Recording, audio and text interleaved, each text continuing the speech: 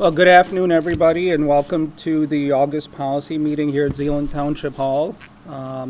Thank you, Al, for having us here today. We'll start out with the first thing on our agenda, the introduction and approval of minutes. If there's any questions or changes to be made, please advise. Otherwise, if we can have a motion to approve, that'd be fantastic. So moved. Second. Okay, so moved by Russ and second by Jerry. Thank you. All in favor? Aye. Any opposed? Okay. As usual, I neglected to make introductions, so I will start out with myself. My name's Pankaj Rajadhyaksha, and I'm with the MACC. Russ Desai with the MACC Authority Board. Al Mayer, Zeeland Charter Township. Jerry Hoffmeyer, Laketown Township. Jerry Niemeyer, Holland Township. Jerry Hunsberger, Park Township. Tom Bird, Ottawa Road Commission. Ken DeWeer, Fillmore Township. Jim Story, Allegan County. John Glenn Exel, County Road Commission. John Lano, Michigan Department of Transportation, Lansing. David Van Genhoven, at large. Mary Moffa, MDEQ. Steve Holtice, the Executive Director of the MACC. Kelly Howard, Donna Wilson, Dot.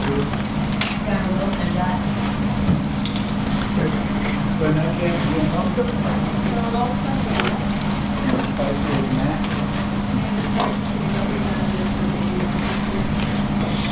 Lisa McGuire, Matt.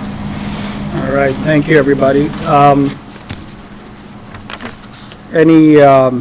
I guess if there's any comments from members of the public, I think that would just be Glenn back there, perhaps. Okay, if not, we will move on to the presentation in our agenda from Michigan DEQ. Steve, if you want to introduce Mary. I'd be pleased to do so. It's my pleasure to welcome Mary Maupin back to the Policy Committee. Mary is a longtime state employee with the Michigan Department of Environmental Quality and has addressed this board on a couple different occasions, usually around the same topic that we are talking about today, which is ozone, whether we're in attainment or non-attainment. Unfortunately, it's the latter of those two that she's going to discuss today, as well as a recommendation that her department has proposed in terms of looking at the ozone data for the last couple years and how that relates to the current allowable limits, and the department's conclusion to recommend that Allegan County be placed in non-attainment for ozone. So with that, that's as far as I'll try to take it, but Mary can walk us through some more of those details, and there was some information regarding this topic included in your agenda packet as well. So Mary, welcome. Thank you.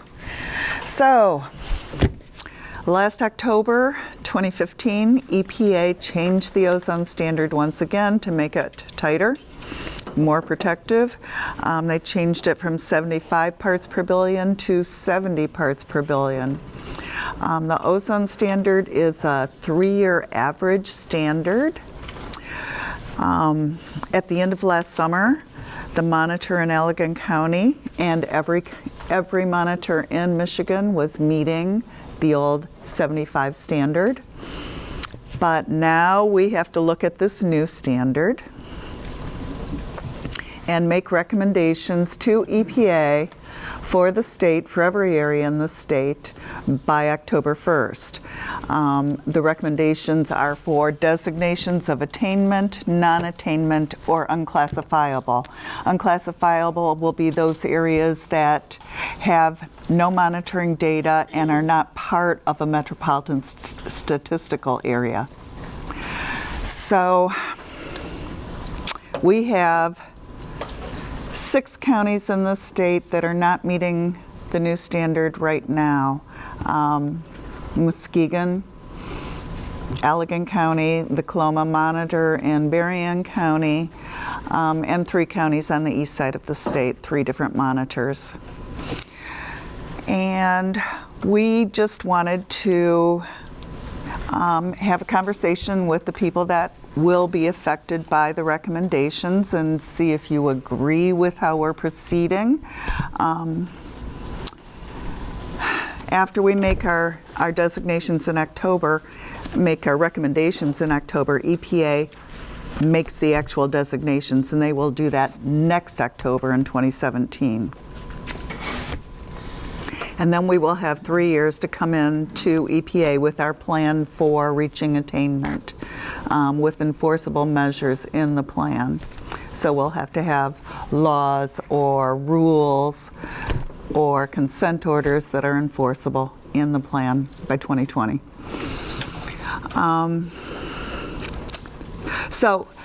One of the decision points was whether in West Michigan we should separate out the counties and make the argument that they should be separate non-attainment areas for Allegan and a separate non-attainment area for Muskegon. And if by the end of the summer, ozone season, if Ottawa comes into non-attainment, we would propose that Ottawa and Kent be a separate non-attainment area too. The other alternative is to have the broad region, 7 counties, be one single non-attainment area. And in the past, we've had the smaller, distinct areas, and I think it is advantageous to do so. One of the reasons is that in order for an area to be redesignated back to attainment, every single monitor in the area has to be meeting the standard. So one single monitor can keep the entire broad region in non-attainment. So if you have smaller areas, there's the opportunity to be redesignated to attainment for each area on its own time frame. The other reason is that some non-attainment areas will have to do certain programs. Vehicle inspection programs are required for certain non-attainment areas that have ozone levels classified as moderate.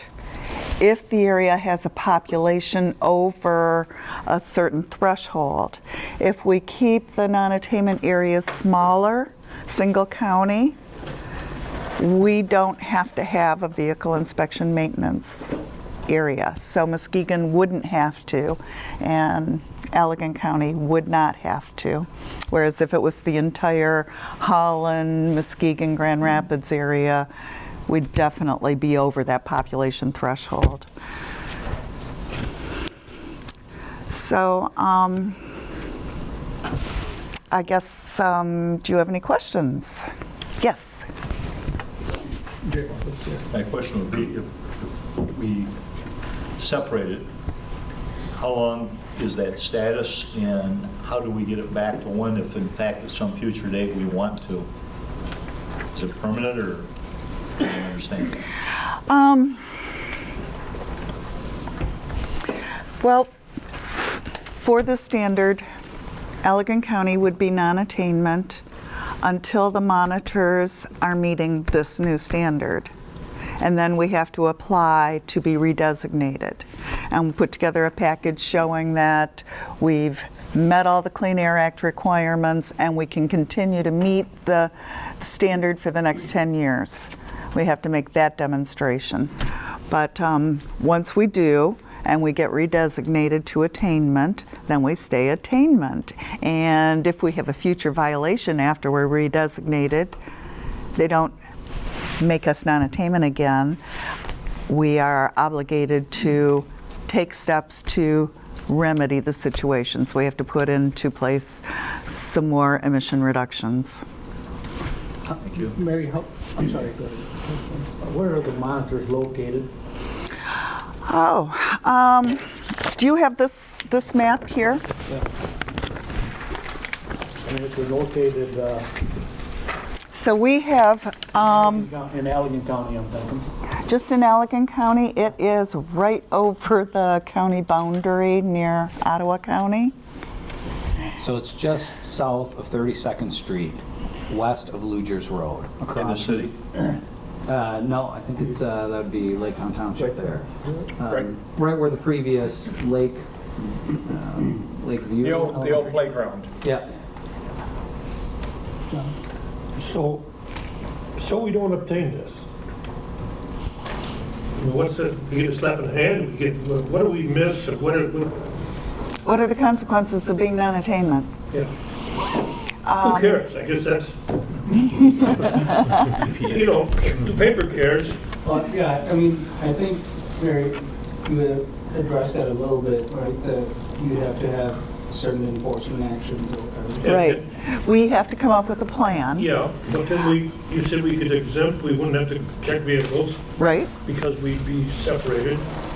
Because we would be under that population threshold mandating that program. And I guess secondly, I would take difference with this report in itself. It's, Allegan County's corn and soybean fields don't produce ozones.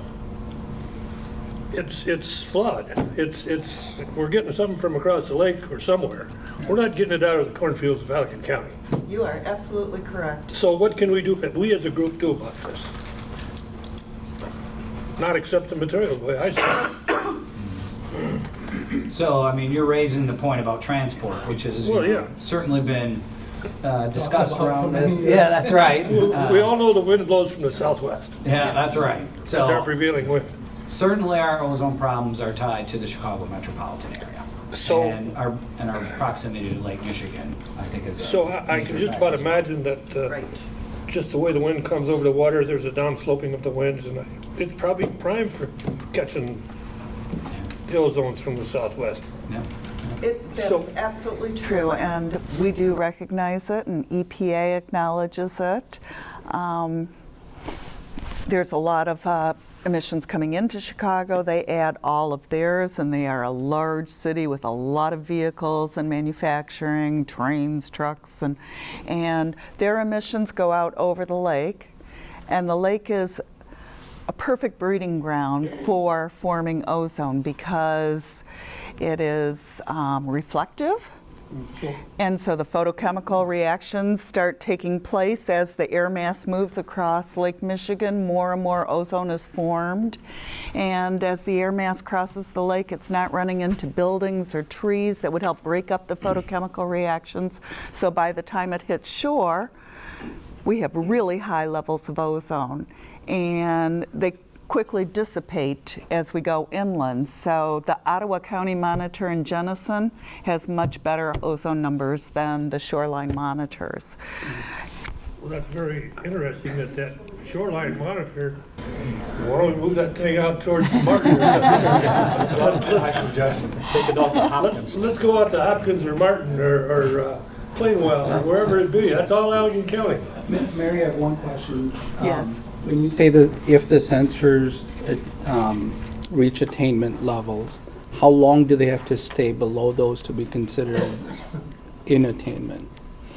Like, is it for, okay, now the level's dropped and it stays below that for, is it 12 months, 1 month, or? Well, the standard is a 3-year average. Okay, so it is a 3-year. At the end of 3 years, if the average is below the standard, we can put together our package Okay. to apply for redesignation.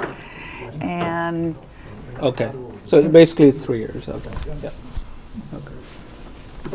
But, so the transport argument again, although everybody does recognize the transport, we are constrained by the Federal Clean Air Act. It doesn't exempt us, even though we are the recipient of ozone, not the generator of ozone. So until the Federal Clean Air Act is amended again, changed, that's the law we're living with. And it has not been amended since 1990. It's a very old law. I don't know, John, I think that you got too much corn. Too many cows. Too many cow. Corn produces carbon dioxide and oxygen and things like that. We don't like those. I'll get you. Yeah, I'm sorry, go ahead. Good question. These figures are final. Is there an appeal process? Are they validated? can John and the folks in Allegan County, or maybe we, I'm not sure how that works, appeal that? Are there lawsuits pending? The numbers, the monitoring data from 2013 through 2015 is final. It's gone through the quality assurance process, and it has all been submitted to EPA. The 2016 data is still preliminary, and it may change, but this monitor was violating for 2013 through 15, and so. So the 3-year average is possible? When will the 16 data be available to see if the 3-year average would make them okay? It won't. Yeah. It won't, because 13 through 15 was over. The average for 14 through 16 is not going to make it. So it would be maybe 15 through 17. Maybe. Okay. And, yeah, Tom, and then I think Amanda Price has a question, too. I'm a little confused. I thought I heard you say that Ottawa County was not attaining, but the map shows Ottawa County in attainment because our monitoring site for the county is over in Jenison. Is it that each SMA has to have a monitor, and that's why the City of Holland and Allegan, part of this MPO area, is being measured? And because we're part of that SMA, does that reflect on the whole county? Federal regulations require us to put pairs of monitors in every urban area. So we have 2 for Grand Rapids and Evans, 2 in Lansing, 2 near Flint, and a whole lot in the greater Detroit area. The 2 here, we have 1 for Holland in Allegan County, and the pair is Jenison, that's about 30 miles downwind, which is the requirement. The other monitors along the shore, Muskegon's monitor is a very, very long-term trend site because Muskegon had its own air program years ago, years before the state started an air program, and they established that monitor to evaluate their air. So that's our oldest monitor, maybe one of the oldest in the States. In Holland, of course, we have the pair, but Coloma and the one in Mason County and the one in Benzie County, we put those monitors in around 1990 when we were trying to understand the whole formation of ozone and transport in the whole Lake Michigan area. Similar monitors went in along the other side of Lake Michigan up through Wisconsin.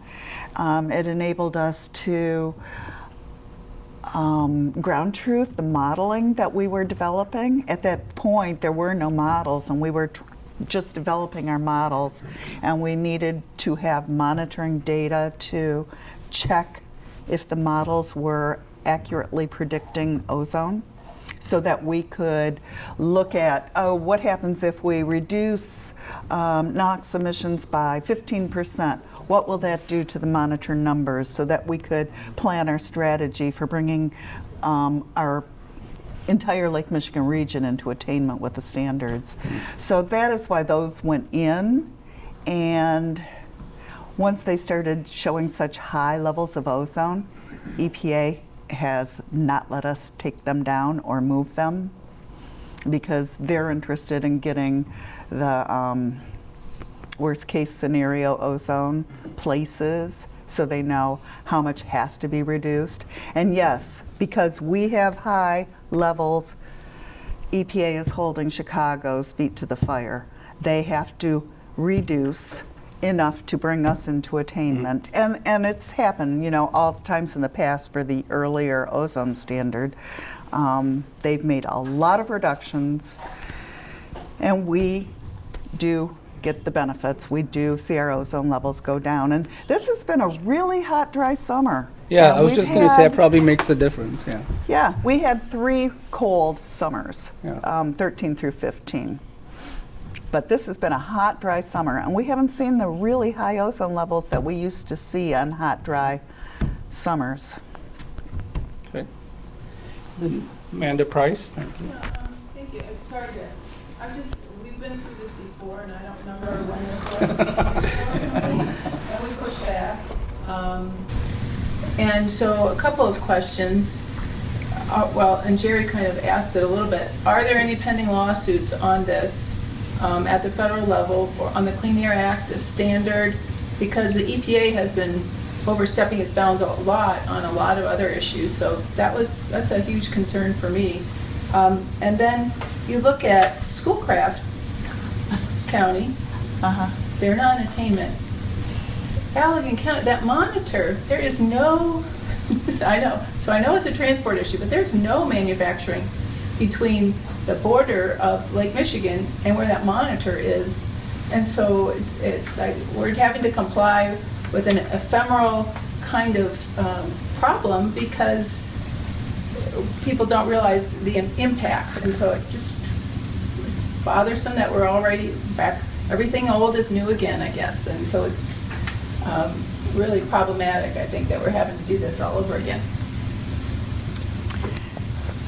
Yes, I know of no lawsuits right now. I do know that we are supposed to designate as non-attainment areas that contribute to violations in nearby areas. And the Northeast states are saying that the Midwest states are contributing to their ozone situation, and they have petitioned EPA to include us in their non-attainment area. The Clean Air Act set up a 9-state area called the Ozone Transport Region up in the Northeast, and they have pretty strict regulations for the ozone transport region. They've petitioned EPA to include Michigan, Ohio, Indiana, Illinois, and some Southeast states in their transport region. EPA has not yet responded to them. So it could be worse. Go ahead, Jim. I think, just to echo other remarks around this table, that the science here is faulty to label an entire county as a non-attainment area based on a monitor that's located in the far northwest corner of it. I mean, Allegan is the 3rd largest Lower Peninsula county geographically. And there is, as John mentioned, a lot of corn and soybean between where that monitor is and the southern boundary. So, I mean, I think the science here is really faulty. And that's my statement. My question is, besides requiring a vehicle inspection program if we stay in non-attainment, what are the other orders that could be issued to require county residents to become compliant? EPA will put out an implementation rule that will spell out the mandates, the requirements, the implications of being non-attainment. The draft rule, the proposed rule, has not been issued yet. But what we would have to do depends on how we're classified. So ozone areas are classified as marginal, moderate, serious, severe, and extreme, depending on the level of their ozone. And Allegan County has never been classified higher than marginal. So that's the least amount of requirements. We would have the opportunity to obtain the reductions that we need. However, we best feel we can get them if we're marginal. If we're moderate, they're more prescriptive. All non-attainment areas, though, have more stringent permitting requirements for a large source of VOC or NOx. In order to get an air permit, it's more onerous than if they were in an attainment area. So they have to put on tighter control equipment. Thank you. Real quick, are there some documents or website links that if the group wanted to do some research on their own to get further answers that they could go to for that? Yes, I can send them. Okay. All right. Mhm. I'm I sorry. think there's a John. couple included in the background material as well. Oh, was it? So, Okay. yeah. So there's a few in there already. Okay. There's lots. Okay. I think Elisa just picked a few, but Okay. yeah. It goes to show that I actually read it. Yeah. There's that. All right, any more? I'm sorry, John.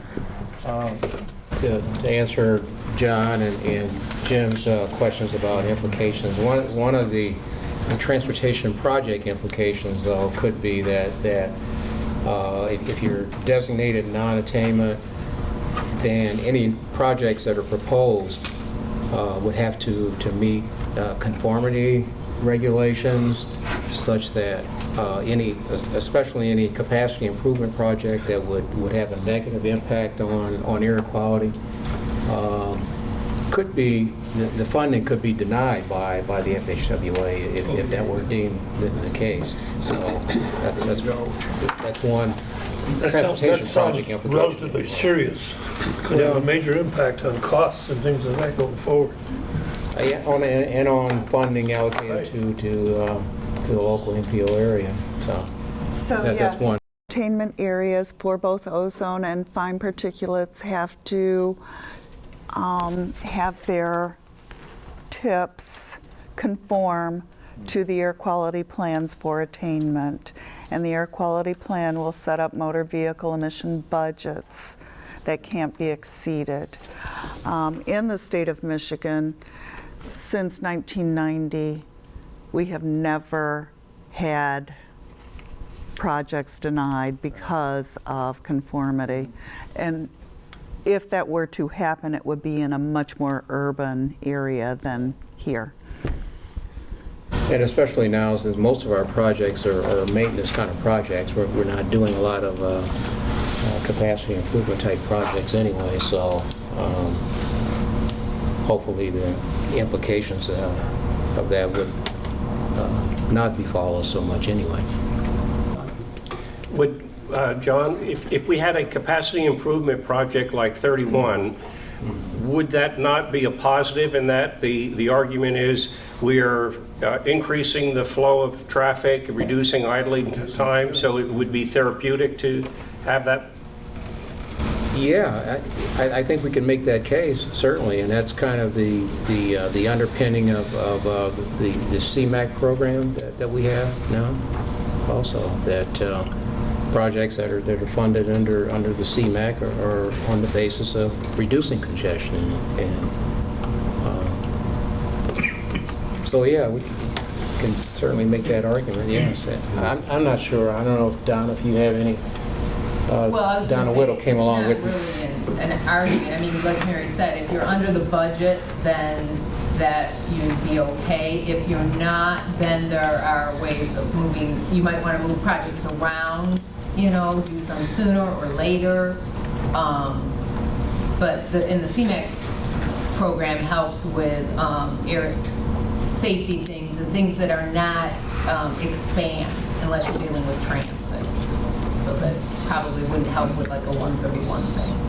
Does anyone consider the practicality when we do an overlay and repave a road, we're creating fumes that are hydrocarbon based and maybe making ozone worse? I mean, I don't know. I mean, what are we supposed to do? We're already not paving the roads enough. That's a DEQ question. I mean, you know, just dealing with how, you know, are you expanding a road is the transportation part, and we deal with conformity. The actual, like, laying down pavement and stuff is probably Yeah, more. conformity deals with vehicle emissions that are increased or decreased with the project. DEQ does have rules for VOC content of asphalt during the summer ozone season. So, They could be made tighter. Ohio's are tighter than Michigan's for paving materials. It's a measure we could look at for our plans for this next standard. I'm not advocating that we do that, but I just think it seems like everything we do contributes in some way. And I guess the question would be, what percentage of the contributing factors for our non-attainment are realistically within our control within our region? You know, are we talking about 5% impact on the registered numbers if we did everything possible? And what kind of a damping factor would that have on our economy and our lifestyle? You know, if 95% of it is a result of transport, maybe our plan of correction should be shut down Chicago and Gary, Indiana, and eliminate the petroleum industry down there. You know, realistically, we can't do that, but can we just say that's our plan? You know, we've tried that. So We actually have. Good question, Tom. Do we know what the breakdown is, like transport versus I'll call it domestic, for lack of a better word. You know, for a shoreline monitor in a rural county like Allegan, Yeah. I would say 99% is transport. Okay. It's almost all transport. And yes, local measures aren't going to have that much of a impact. We are still stuck with the law as written. And EPA has tried to interpret the law to allow us to take credit for reductions that happen in Chicago. And they've been sued and lost. So anytime they try to show a little flexibility around transport, they get sued. And so we are stuck with the law as written until Congress changes the law. Okay. Using Amanda's example of Schoolcraft, if you took the entire population of that county and moved it somewhere else, they would still be not in non-attainment. Absolutely, that's true. Yes. Hey, That's true. so lots of good questions, and I'm pretty sure this is the most fun part of Mary's job, to come out and share news like this. So sorry. We still appreciate you being the messenger and answering the tough questions. So do we need to make a motion then to? There's no staff recommendation regarding this. I mean, if you want to direct staff to do something, you can certainly do that, but we saw this This is as more just information. informational Yeah. only? Okay, all right. Well, thank you again very, very much. And I know folks in Allegan will do what they can to run the tractor a few less times. But thank you. Okay, so next up is the transportation program, and I believe, Lisa, you taking that? Okay.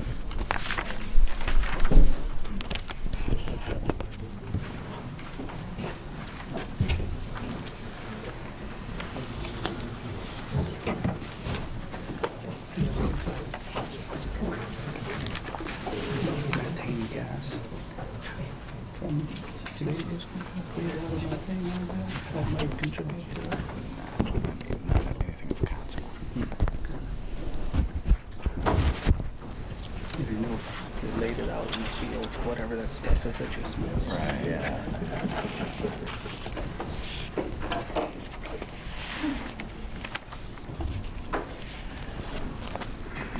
All right. We're going to switch topics. Good afternoon, everybody.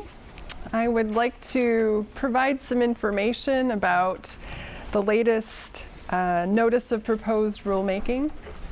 Last month, we talked about the third in a series of performance measures, and one of the words that I believe I used the most during my presentation was our request for flexibility, and you'll see some similarity in my comments today. I did present to you in the packets a summary of each item within the proposed rule, and we provided comments in response. But what I thought would be helpful before we focus on that memorandum is to give you some background and explain to you how this notice of proposed rule would impact our area here in the MACC, as well as the entire state of Michigan, and provide some comments at the national level as well. And then I did want to let you know that this is an action item. We'd like to submit comments to the docket. So with your approval of the memorandum and the proposed action at the end of my presentation, we'd like to be able to let the USDOT know what we think about the proposed rule and make some, recommend some alternatives. All right, so just to make this very clear, last month what I was presenting to you was proposed performance measures. What we're seeing today is a notice of proposed rulemaking, which specifically deals with MPO coordination and planning area reform. So I thought it would be helpful to show you the preamble, just to give you a little bit of background. So MAP 21 had some language basically proposing improvements to MPO coordination in the transportation planning process. And in this preamble that you can see on the screen, it refers to the critical role that MPOs play, and we definitely agree with that. We do believe that we have a very critical role ensuring economic well-being of a region and identifying efficient improvements that serve mobility. Our long-range transportation plan was approved in April of last year, and you know from the goals and objectives that economic benefits to the area are important to us, as well as mobility. I do want to just point out that this is something that surprised us. I think both Steve and I were commenting when we first saw it that this is a doozy. It really surprised us as staff, but I do believe that it also surprised many others throughout the country. And there's a very short window to respond, so that's why you're getting so much of this legal presentation month after month. But this is something we would like to respond quickly and share these comments. So the proposed changes, I wanted to just walk through very quickly what those are. I have many slides, but I do want to let you know they're graphics so that they do illustrate the points. You can see from this slide, and this was borrowed by from the Federal Highway Administration. The proposed rules would basically change the definition of an MPA, Metropolitan Planning Area. And it does have some provisions so that the governor would be involved and would meet with the MPOs and determine if the planning area warrants multiple MPOs within a metropolitan planning area. So that is a provision that is in there. It requires unified planning products within each MPA, and that basically is one long-range transportation plan, one TIP.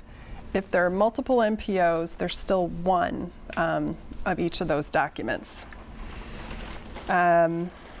States and MPOs would have a current planning agreement to deal with dispute resolution. So that would just be that would be one of the requirements. And there's some specific requirements as to how analysis is to be completed.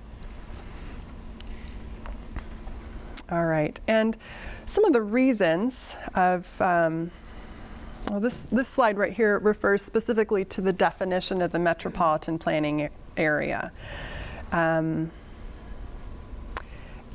some of the arguments are that it would be better aligned with the statutory definition. It would also address the entire region of an urbanized area more consistently, and would recognize an MPA as dynamic. And I just want to introduce just a staff comment at this point that here in Michigan, MPOs work very nicely together.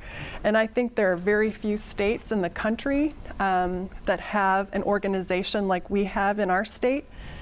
Steve attends every month MTPA meetings, and that is the function of that group, is for MPOs to coordinate. We work with MDOT every month and have just a very, very open dialogue. Other states have issues, and some have had problems, but you can see from the comments that we're going to be going over, Michigan's doing a great job, and we don't see the need for these proposed rules. Perhaps a site-specific program might be more appropriate, but I did want to point out that Michigan is really, we've got a good rapport, and not a single MPO in the state has been found during their certification process to have an issue. So that's another gold star for the state of Michigan. All right, so I mentioned earlier that the governor would be involved in this process and would work with MPOs to determine if we should have multiple MPOs within an MPA. And only where it is considered warranted would MPOs within the MPA, they would have a choice of adjusting boundaries to eliminate that overlap or merging following the designation procedure. So we'll talk about that in just a moment. All right, so I mentioned earlier, what are those unified planning products? Basically, we would have one transportation plan. We would have one TIP that would be approved by multiple MPOs.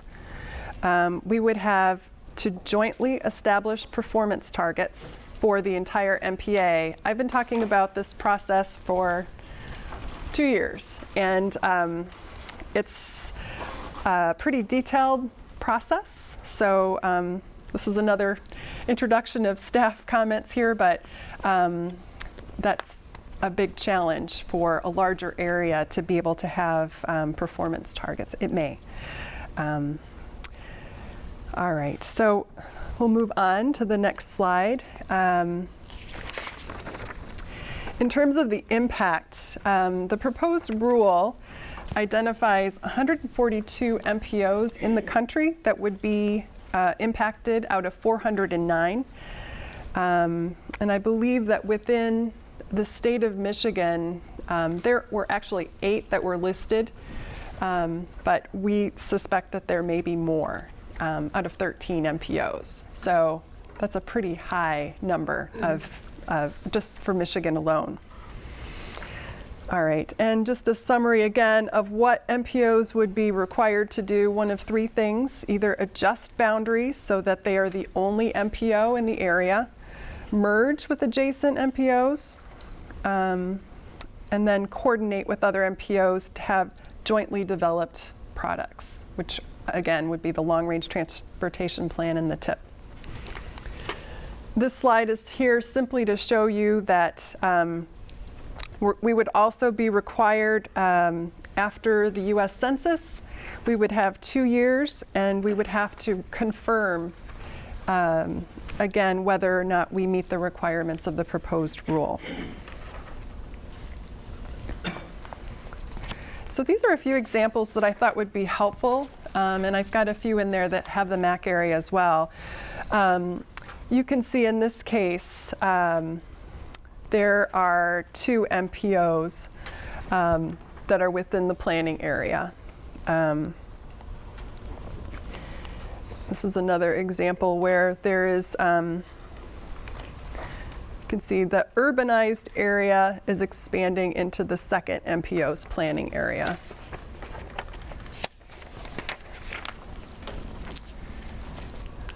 And you'll recognize this map here. This, in yellow, you can see the urbanized areas. This is obviously Grand Rapids and the Holland urbanized area, and the Muskegon urbanized area.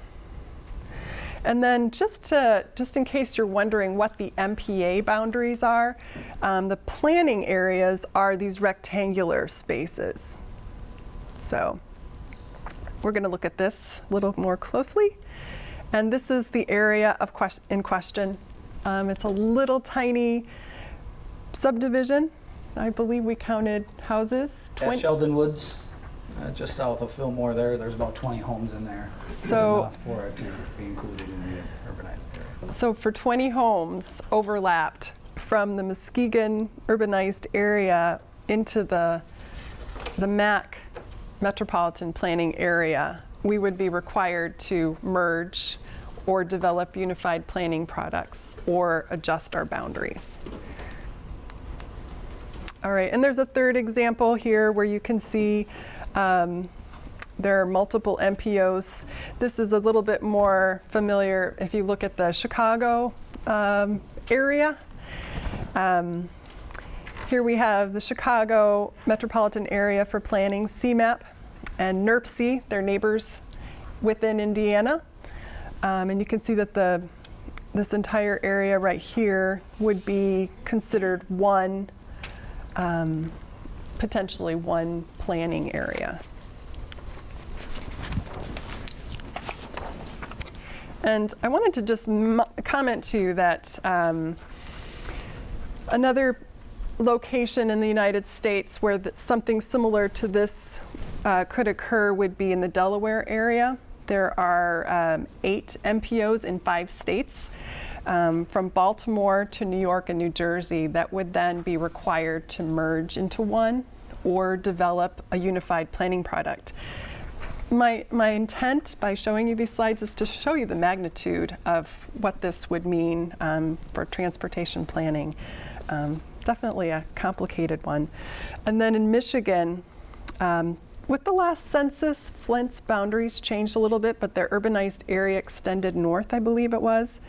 So we were hearing from the Flint MPO last week, and they were saying that, that would really impact them, so that they would then have to work closely with SEMCOG and Toledo, potentially, to consider unified planning products or merging. So this last slide is, within the notice of proposed rulemaking, and in bright yellow within your memorandum, those are the key questions that we've been asked by the Federal Highway Administration to respond to. So that's the reason that you got such a big memo, but we do feel it's very important as staff to respond. And we've offered some alternatives, which basically center around flexibility is what we're asking for. But before I get to that, I'd like to make sure that you're aware that there's a letter at your place that basically requests an extension. Many national planning organizations have come together on this topic, and they've requested an extension from the US DOT so that the docket can remain open longer, and that request was denied. So you will see that the approach is in the letter is taken a legislative direction. So we're asking legislators, and we're asking you today if you feel that that's an appropriate recommendation, that legislators would request a 60-day extension of the comment period. It closes on the 26th. That's why we brought this up today, to make sure that you had time to respond. And the second The second recommendation here is that we are requesting that the US DOT withdraw the current NPRM as it stands. As an MPO, as staff representing an MPO, we're recommending that, but the Michigan Transportation Planning Association met last Tuesday, and that was their recommendation as well as NARC, AMPO, and other national organizations representing planners have all agreed that their number one recommendation is to withdraw it entirely. In the event that the US DOT does not agree to do that, we are also recommending 4 key points. Flexibility for states and MPOs to tailor MPA boundaries so that we have the freedom to consider geography, if there's a mountain range or a stream body, for example. Flexibility to set targets and define measures that are appropriate for our own specific area. We're also asking for an exemption for any areas that overlap less than 20% of the population in the urbanized area. The 20 homes that we showed you on the slide would certainly exempt the MACC from that requirement. And lastly, we talked about air quality just a few moments ago. We believe that these requirements should be phased in so that they're supportive of the ozone National Ambient Air Quality Standard deadlines and requirements. Because to have these two at the same time, we hope that the schedules would work together so that it's feasible to meet the requirements. All right, I feel like I've been talking a lot, but I wanted to give you an opportunity to ask any questions that you may have.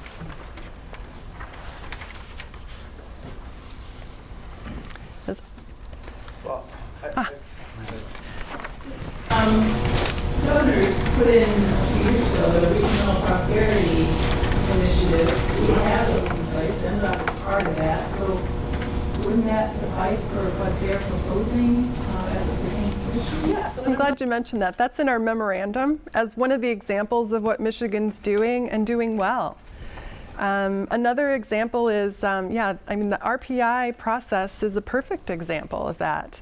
So again, we feel that Michigan really has a lot of gold stars, and the RPI would be one of them.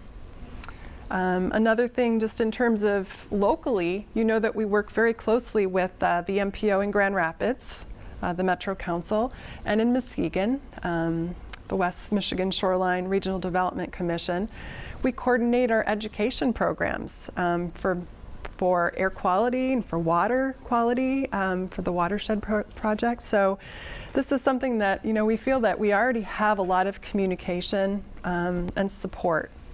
So we don't feel that the NPRM is needed. I think the governor's office has to go along with this as well. So I guess it would behoove our MPO areas to make sure their feelings are known to the governor's office as well too. So the implications. Sorry, Terry, you have a question?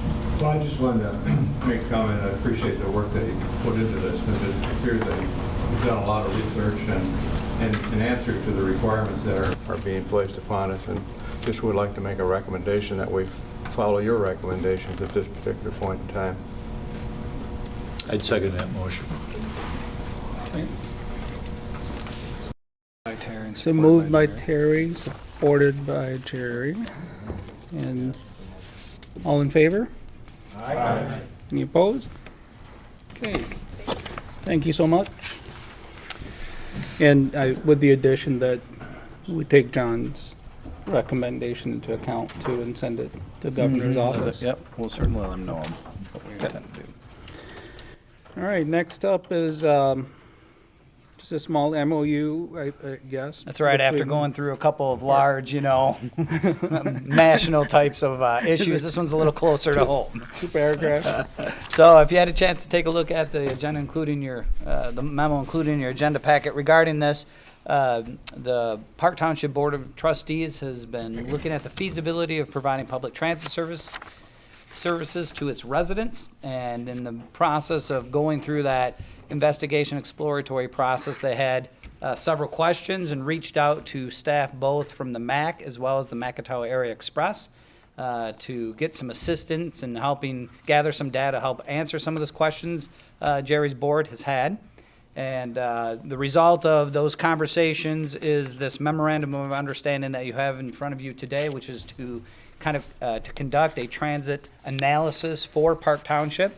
If you had a chance to take a look at it, attachment A of the MOU looks at the scope of services that'd be provided. It's a pretty straightforward scope for a transit feasibility or propensity analysis that we're looking at here with some data collection and looking at special generators that, we got to take a close look at a state park that generates 2 million visitors a year. So Park Township's got a few of those, as well as certainly group homes and other things.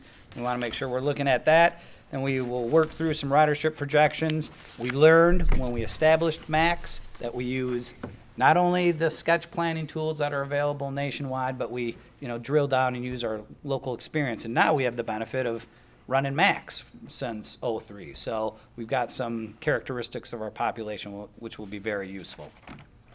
And then lastly, so MACC is the primary entity responsible for those steps. When we get to service provision, the types of delivery possibilities of public transit and the costs, that'll be something that MACS will take the lead role on. That's what number 4 is all about. Then, of course, some time for meetings. If you had a chance to read the MOU, we envision the establishment of a study steering committee that would have some Park Township residents as part of that, certainly some staff from MACC, as well as MACS, and involved in that as well to kind of guide the process.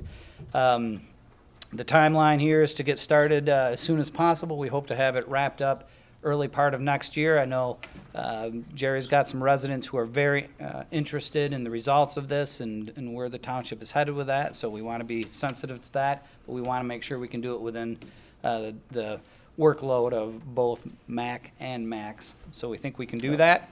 The transit grant that was announced, the state money, is going to help this effort as well, but there are going to be some additional costs based on the scope, and as the MOU indicates, we've negotiated a rate of $75 per hour for either MACC or MACC staff that will be working on this. The clock won't start. We'll utilize Park Township's portion of that state grant that we're received to look at issues a lot like this. But then once their share of that grant is done, then the clock will start ticking. We do have a not to exceed figure of $10,000 in there, so that roughly is 133 hours. We hope we can get it done between what the grant provides and what Park Township's contribution would be. So, any questions regarding the MOU? Or I'd just like to say thank you, assuming this can be approved. Yeah. Linda Lefevre from MACS has been working with a committee I set up probably about 8 months ago. Okay. It's been phenomenal, along with other staff there, as your staff has been. Like I think most governmental units in the area, Park Township is, the average age is getting higher every year. Sure. I fear I might be contributing to that.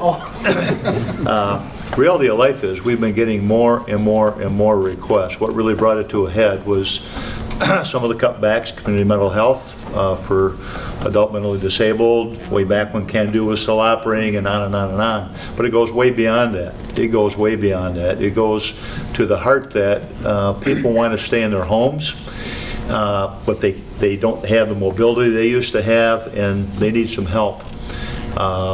What our board needs badly, and our board is committed to this, is one of the few things I think our board's basically 7-0 on right now. Trust me.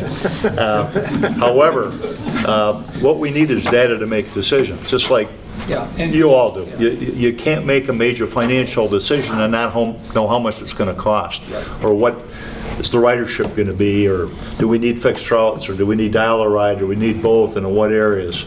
So this is going to just help us terrifically, and we'll still end up making, I think, I hope a major financial commitment of general fund dollars on a trial run once we have data, once we know where's the need, how frequent is it, and we're going to do the whole township, including the south side. And if you're familiar with this, 10% of Park Township is on the Big Red side. We very, very much appreciate the timing of this. Couldn't have been better, Steve, relative to the grant. Somebody up there is overlooking this, so if you're looking for a motion, I probably, for conflict of interest reasons, should make it, or no? I'll move the approval of the MOU. Yep, okay. Tom, motion. Can I get a support? Thank you. All in favor? Aye. Any opposed? Okay. And Jerry, I want to acknowledge that that's very forward thinking of you guys. It may have, some of the impetus might have been from calls from residents, but still good to think ahead. All right, the next item on the agenda is the MDOT draft 2017 to 2021 transportation program. Those of you who have sat around the table might recall that I used to reference this as MDOT's road and bridge program. It is an overview of the major road and bridge projects that MDOT envisions undertaking over this 5-year period. We've looked at these programs before, and this is the new one that has been released and is right now. MDOT is soliciting public comment through August 26th on this program.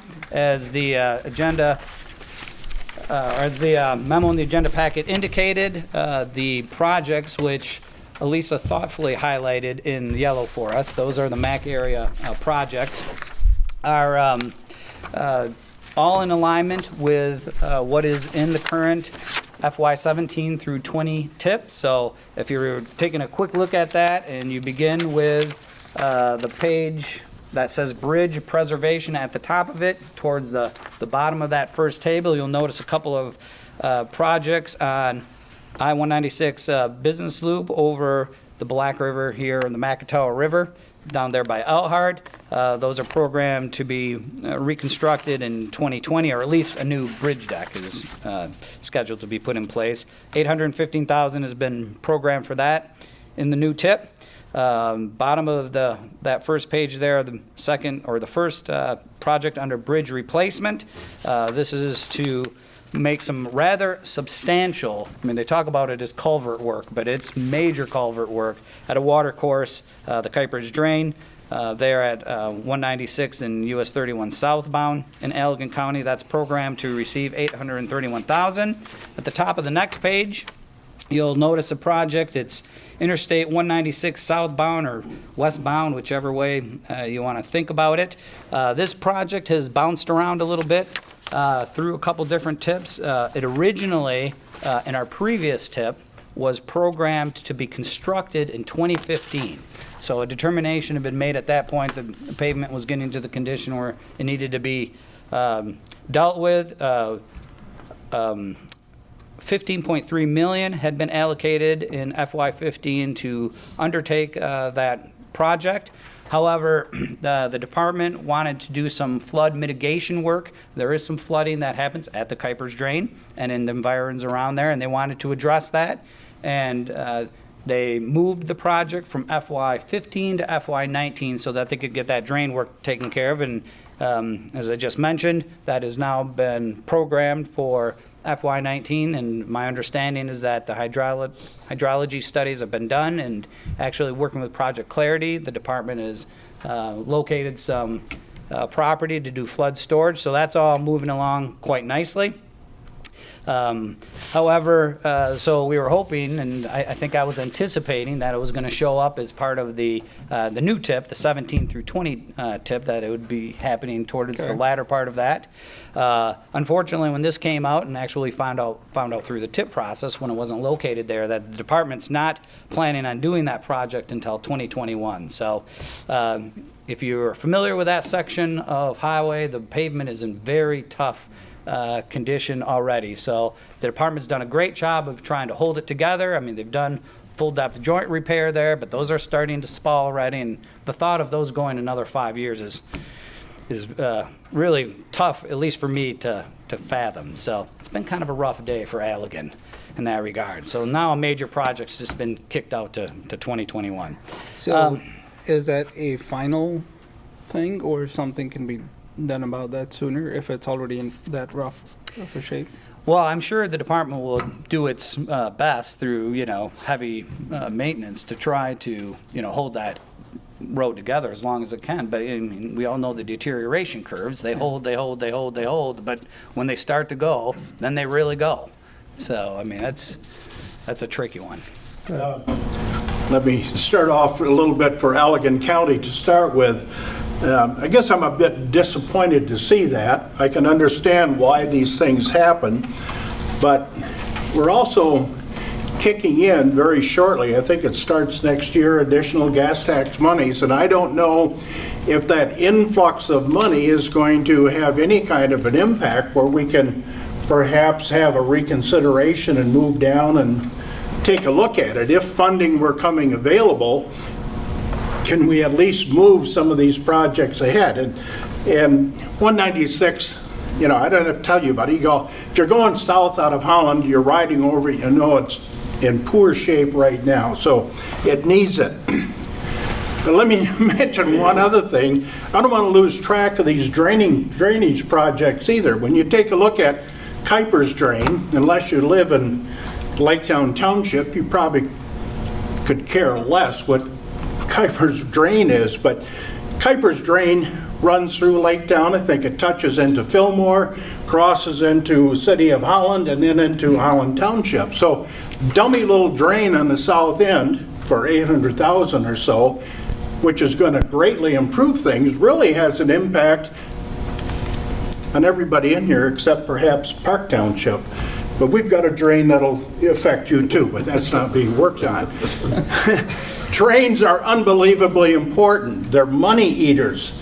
I don't get warm, fuzzy feelings talking with drain commissioners, very frankly. They live in a world of their own, and all they do is ask you for money, and when you run out, they ask for more. So don't forget Allegan County. It's affecting all of you. So I think we should, if nothing else, you know, maybe displeasure is too strong of a word, but disappointment certainly would fit in. Funnel that information back to MDOT and hope for the best, I guess. Yeah, I thought these funds were allocated already. So, I mean, MDOT is working on their 5-year program. Of course, they do a year at a time, but I mean, they are kind of you know, putting together the projects and where their expenditures are going to be over the course. There's a comment period that runs out the end of this month.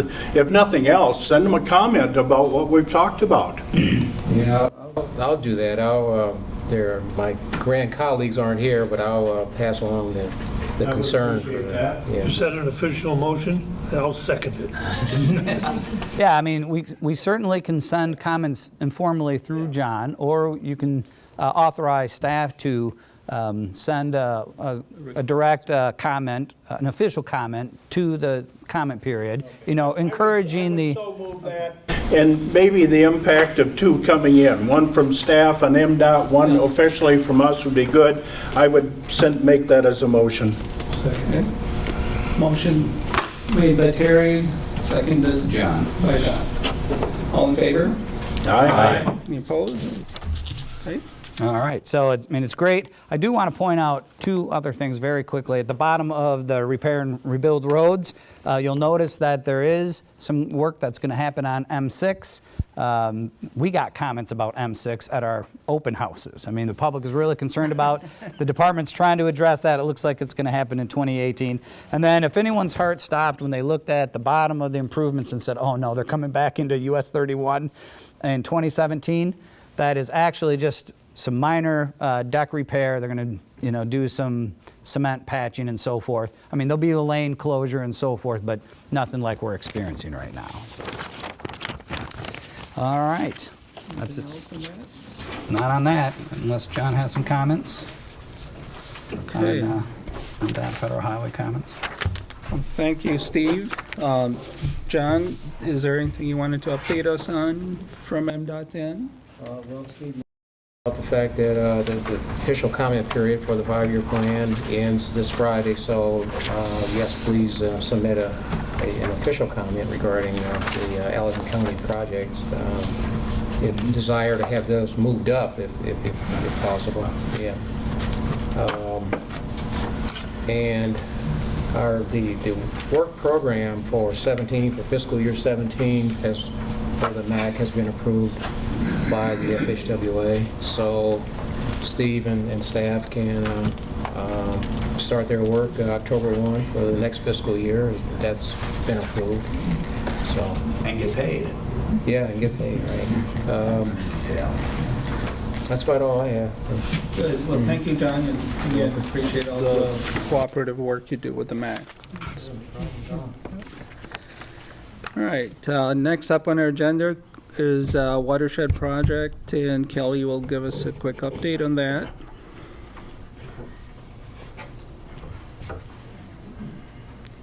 this right. All right, yep, so just a couple quick things. I did want to provide a brief update on the road stream crossing inventory project because that is underway. We had some issues with weather and high stream flows and had to cancel an event where we had like a dozen volunteers come out, and that broke my heart to do that, but you know, we got to put safety first. But we have had several volunteer events, and I think out of maybe a dozen or so different volunteers that have come out over 3 different days. So we have 24 sites that have been completed, so it's just under half. We've got 55 sites total. Carolyn created a Google map of all of the locations, and I can share that with everyone. I did have it pulled up, but just to save time, we won't look at it today. We're color coding the locations, so if it's green, we've already inventoried it. If it's blue, you can see we need to still visit that one yet. I think in the future, we'd like to be able to use that Google map site as a way to put in information about those locations. Right now, we were just using those for our volunteers so they can navigate between the sites.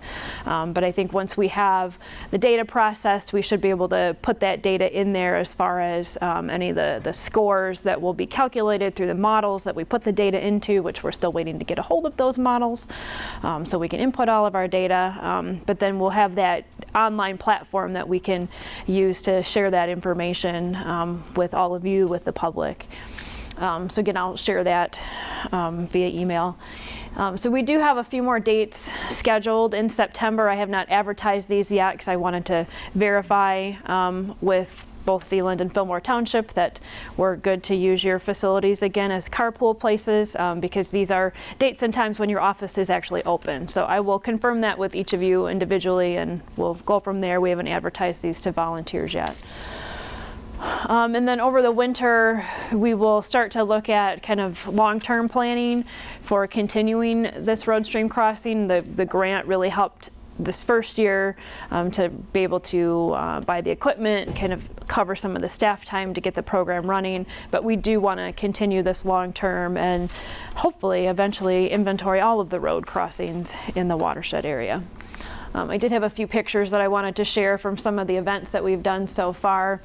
I do get a warm fuzzy feeling working with the drain commissioner's offices. They've been great for us to work with. So here's a drain commissioner's employee from Allegan County there sitting on a culvert, holding a stopwatch, waiting to measure flow.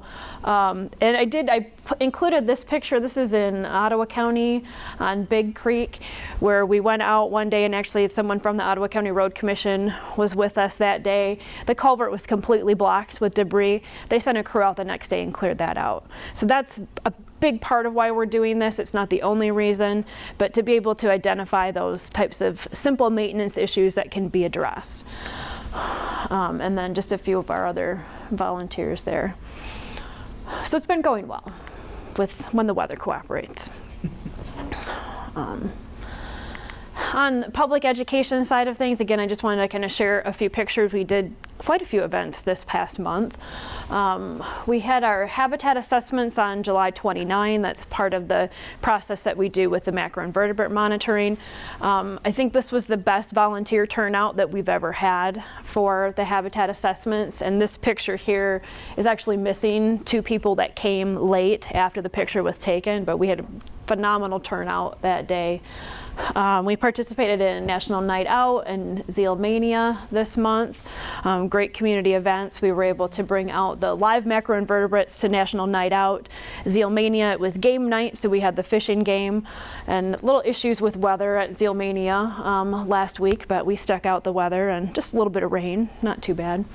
And then we had the farm tour on August 3, so there's our group there. It was a fairly small group, but a good group of people. We had a really hot day to be out walking on farms, but I think we had a great time. This is one of the 2-stage ditches that was installed on a farm in Allegan County through Project Clarity. And then just a few reminders, some things coming up. We do have our Fall River cleanup on September 24. That's being supported by a MyCorps grant this fall, so we're doing it a little bit bigger. We'll get some t-shirts. We've ordered these little waterproof pouches that fit a cell phone. So we thought that would be a great volunteer gift for people as they're working along the river. They can protect their cell phone. So it will not have this, whatever that company logo is on it. It'll just say 10th Annual MACC River Cleanup. So those have been ordered. There are packets of postcards. If you can take those back to your office, if you have a place where people might come in and take those. Plus there was a poster at your place setting. If, again, you have a place to display that just to help us advertise, we would greatly appreciate that. And we are partnering with the Outdoor Discovery Center on this like we typically do. A couple other things, we will have our fall macroinvertebrate sampling on September 20. This is a Tuesday afternoon. And then our summer newsletters we received from the printer, I think 2 days after the last policy meeting. So we have some stacks of those here if you'd like to take those back to your offices as well. A lot of what is in there was advertising events that have already passed, but there's still some good information. So. All right, any questions? No? Okay. Well, thank you so much, Kelly. Appreciate it. And we'll move on to administrative issues. I think, Steve, you're going to cover the current financial report. Yep, included in your agenda packet is the monthly financial report through the month of June. So we're winding down on our fiscal year. This report reflects the budget amendment that you approved last month, and so some of those line items got cleaned up as a result of that amendment. The revenues are now sitting at 69.1%, expenditures at 56.7%. Be happy to answer any questions regarding that report. If there are any of those, then also included in the packet was a summary of the last executive committee meeting. Be happy to answer any questions regarding that one. No? Okay, yeah, a lot of what you see in the minutes, there's a prelude to what we see in some more detail here.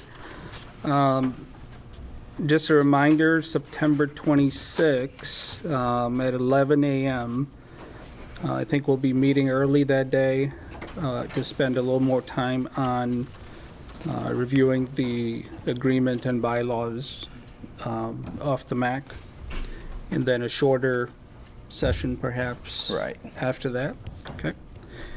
All right, we'll move it on to Al Myers from Zeeland Charter Township. Thank you for hosting us, and if you can bring us up to speed on what's going on in the township, all that fun stuff. Sure. I take this opportunity to thank you all for coming to host this meeting. It's really an honor. Zeeland Township had 39 new housing starts this year, so we're doing good on that front. The chicken barbecue was held this Saturday.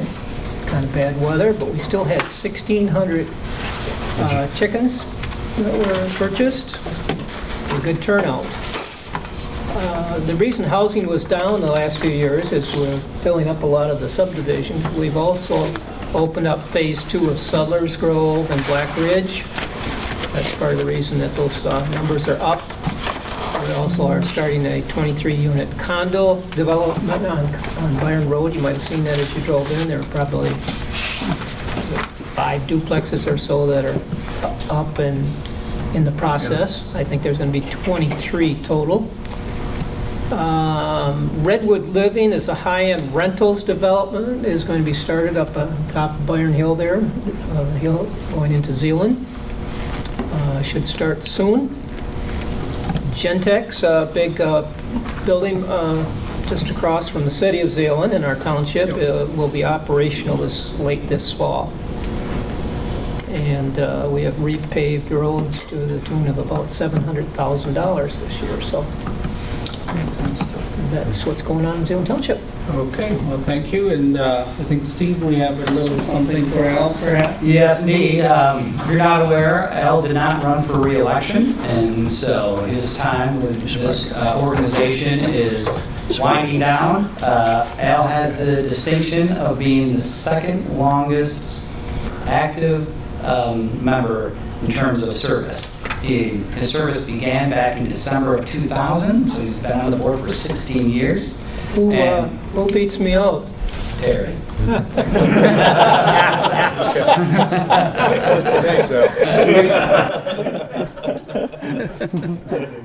So we have But he's not getting a certificate, so you're doing all right. So we have a certificate of appreciation for him, and it reads as follows. In sincere appreciation for your years of service from December of 2000 until later on this year on the Macatawa Area Coordinating Council's Policy Committee, as well as your belief in the value of regional cooperation, your commitment to the development of the Macatawa Area Coordinating Council, and your willingness to serve on other subcommittees as requested. And Al served for several years on the Transportation Technical Committee. He's also been the treasurer of the MACC Holding Inc. Board of Directors. I know that's been a post that's probably kept you up at night, many nights. So. But for all your contributions and your time of service, thank you very much. Please join me in thanking Al.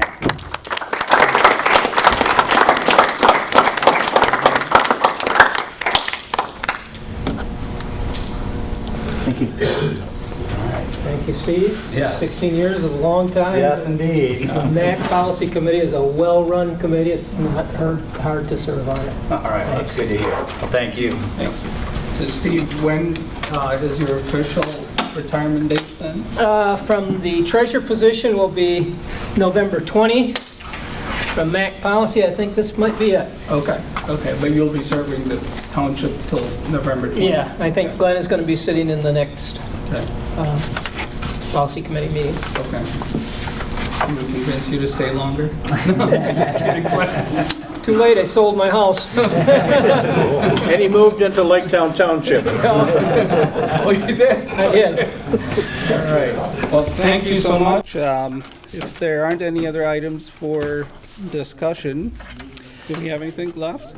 Well, just a reminder to those of you who serve on the MACC Holding Inc. Board of Directors, we'll have a very brief meeting immediately as we adjourn here. Maybe we can gather around the conference table over there. I just have a few items of business to discuss with you. So. All right. Can I get a motion to adjourn? Okay, second? Terry. All in favor? All right.